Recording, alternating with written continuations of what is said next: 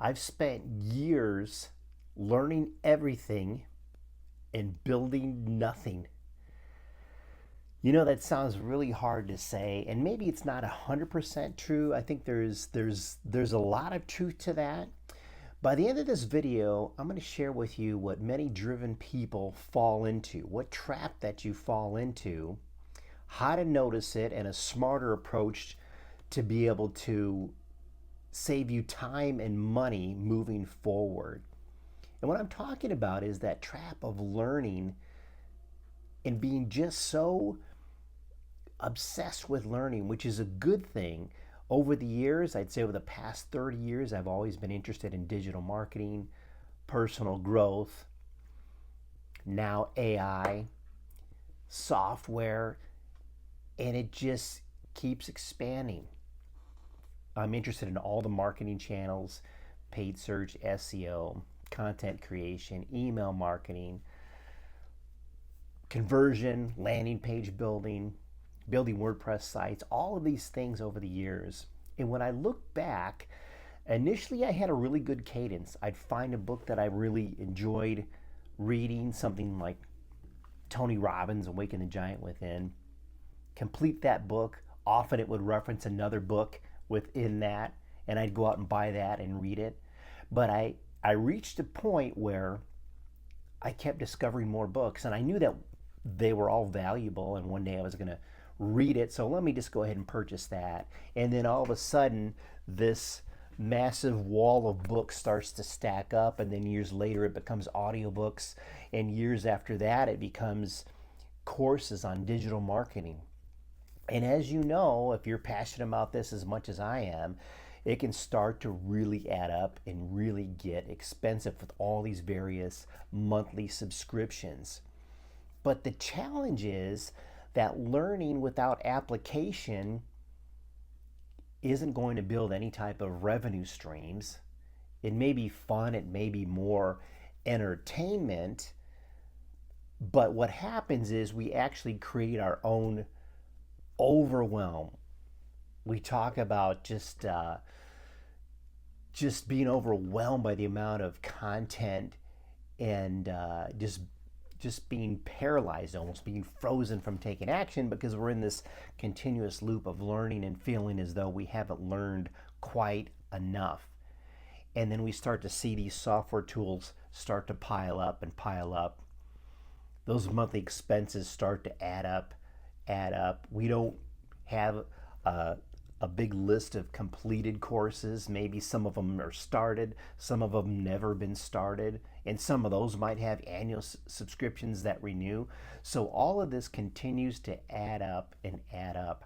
I think one of the biggest ones that I've fallen into as well, especially with software, whenever you see, and it's difficult because a lot of the marketing is so compelling, and you see a new software being promoted, it's being promoted from various angles. You're seeing a lot. There's usually a lot of buzz on the launch of a new software. The price is very attractive, and you subscribe to that. Maybe it's a free subscription, and then over time, that free subscription becomes a paid subscription. And like most software, it tends to evolve. There's more features, but you're grandfathered into a lower price. And even though you haven't used it, you haven't made money yet with that software, you know it's something you will use in the future, whenever that might be.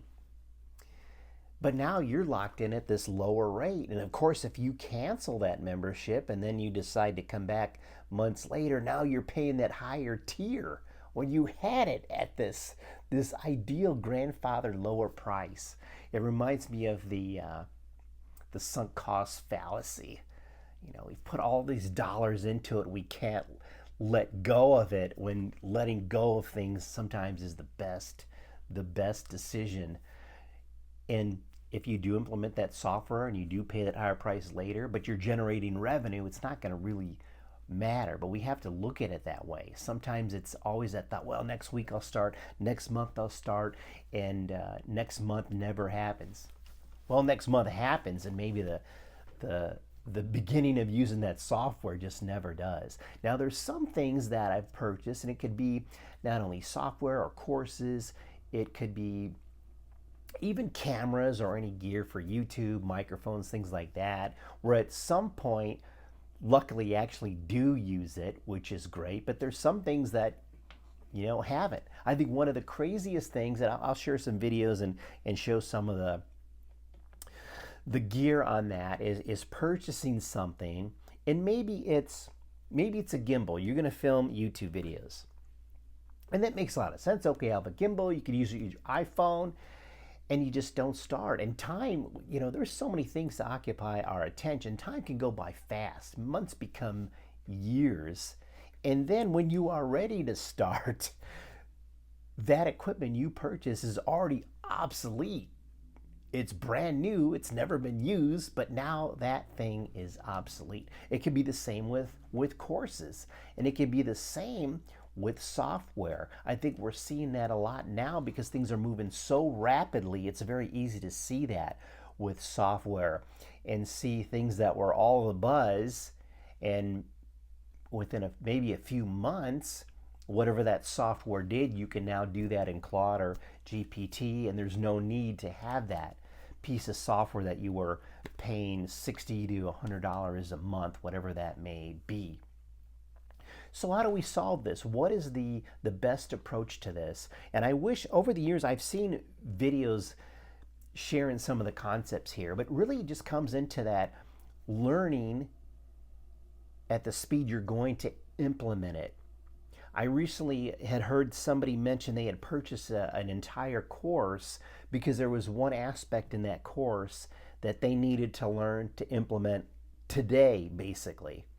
And they purchased that course, learned that one skill or process or framework, whatever it is they needed to apply to their business, and didn't even dive into the rest of the course.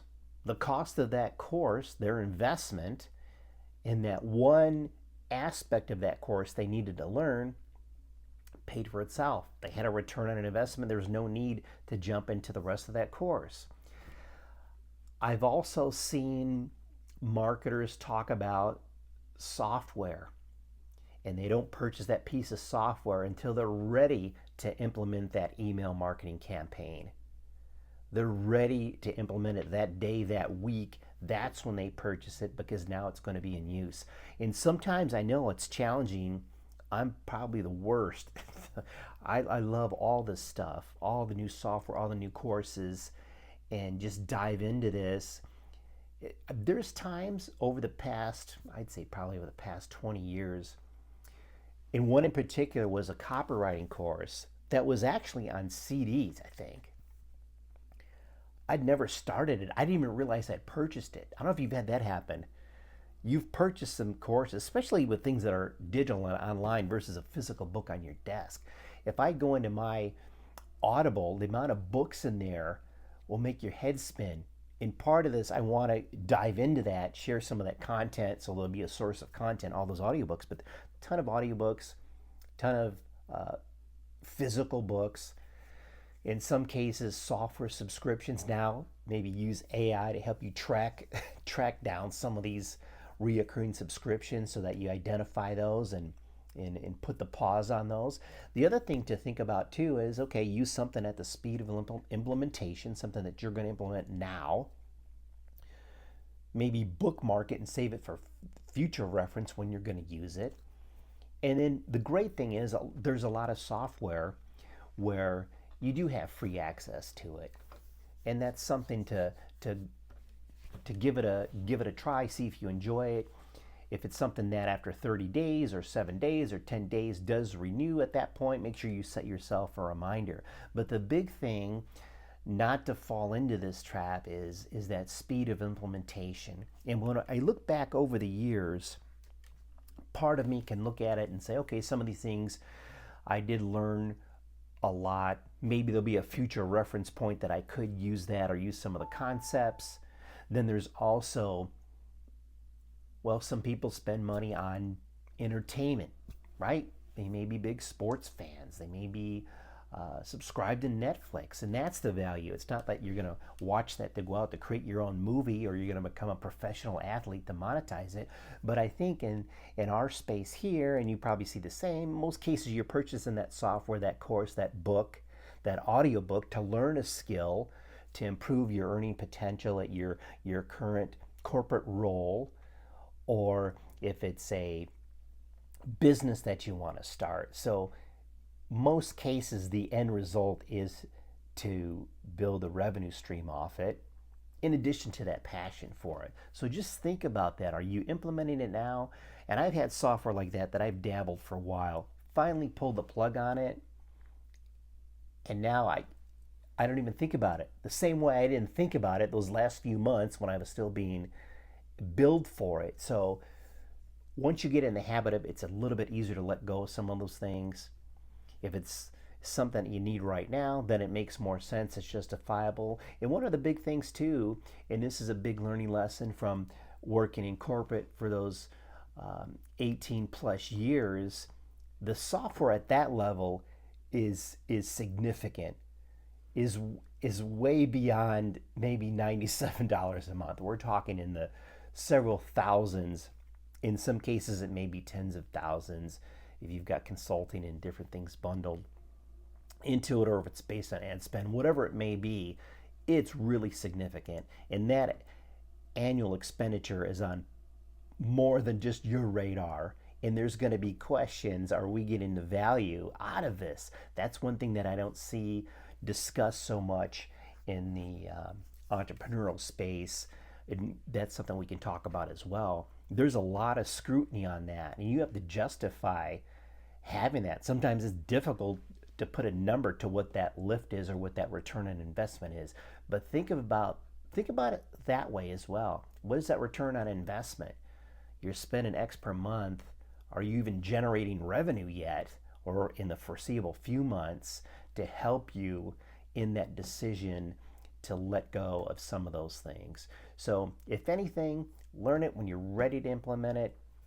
Purchase the software when you're ready to implement it, and don't get into that trap of just continual consumption and learning. Granted, it is fun, and there's an investment to it as well.